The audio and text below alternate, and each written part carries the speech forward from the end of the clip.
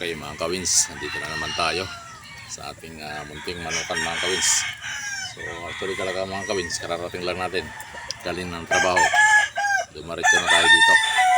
And ito po mga kawins, ito po yung sinasabi ko sa inyo. Ito talaga yung pinakagandahan nito mga kawins. At marami na pong pumupunta sa atin.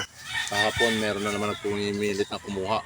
So ang gusto nila mangyari is kukuha sana sila ng tryo, tatlong panlaban kasi 3 hits daw nila mga kawins by this coming January 31. So sabi ko nga sa kanila, meron naman ako dito pero sabi ko nga sa kanila, hindi na po biro-biro to. Ito pinagpilian ko na po lahat to. And then gusto rin sana nilang kumuha ng 2 stag para sa kanilang kandaw. Ay ang problema ko kasi mga kawins, ang natipuan nilang stag is yung gagawin kong broodcock.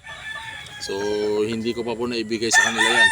Pero ang sabi nila, hindi ko alam, by this coming week daw is babalik ulit sila para po kunin yung 3. Hindi ko alam kung talagang totoo talaga yan. Sabi niya babalik daw sila. So okay naman, walang problema sa akin kasi nabigyan yung mga yan.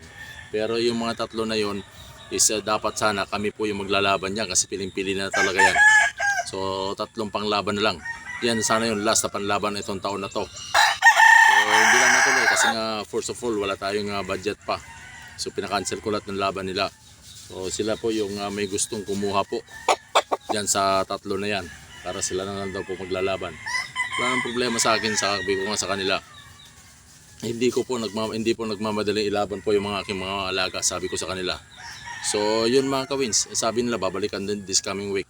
Sabi ko nga mga kawins, ito na po yung kagandahan po mga kawins na may na-preserve kang alaga. So dito sa pagmamanok mga kawins, huwag po tayo magmamadali po rito mga kawins. Darating at darating po yan. Halimbawa po yung mga buyer or mamimili po niyan. Sa dami po ng labanan ngayon mga kawins, meron talagang darating. Ang kailangan mo talaga rito mga kawins, sabi ko nga sa inyo, pagbutihin nyo po yung pag-aalaga nyo. And then make sure po na yung inalagaan nyo is yan po yung mga quality po mga kawins. Yan po yung kailangan natin. Darating at darating po sila yan. At kukunin yung mga yan. Pag halimbawa po nakita nila na maganda yung potential at saka yung bloodline po mga kawins. So para sa akin lang mga kawins, pagbutihin nyo po. Kung halimbawa nag-start na po kayo sa pag-aalaga ng ganito po, piliin nyo na yung gustong nyo. Lalo pag-uumpisa na materialis yung mga kawins. O hindi po biro-biro to. Lahat po rito is pera po ang gumagalaw mga kawins. Pakain lahat po. Lalo na pag ang katulad ko po na umuo pa lang po ng pwestuhan para magkaroon lang po ng manukan. So yan po mga kawins. Depende po sa inyo kung paano po kayo mamili ng inyong alaga po.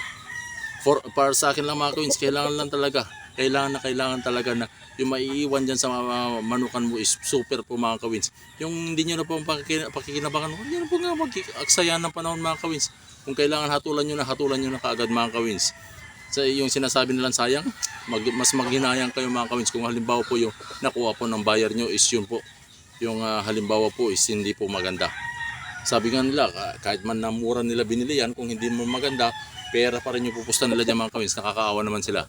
So para sa akin lang mga kawins, pagka halimbawa meron kayong the best mga kawins at alam nyo naman yung buyer nyo, honest din at handang magbayad, walang problema mga kawins. Ibigay nyo po kung ano yung the best nyo po, yung piling-pili ninyo. At kung halimbawa po na alam nyo na okay siya maglaro, sabihin nyo po. Kung halimbawa po na hindi okay, sabihin nyo po mga kawins. Pero para sa akin, kung hindi na maganda yan mga kawins, pull out nyo na.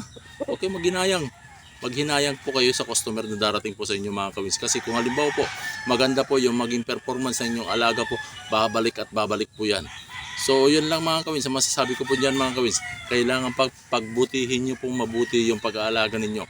Yung kailangan yung sabi ko nga sa inyo, yung talas ng mata nyo, kailangan dyan po, pakiramdam ninyo mga kawins. Ayan nyo po, halimbawa nakaramdam kayo ng konting sakit sa kanila, walang na, pull out nyo na kaagad. Mag-alaga kayo ulit mga kawins. Nandyan lang naman yung mga materialis ninyo, halimbawa lang po. And yung paghahanda po ng materialis mga kawins, uulit-ulitin ko ulit sa inyo, kailangan nakakondisyon po yan.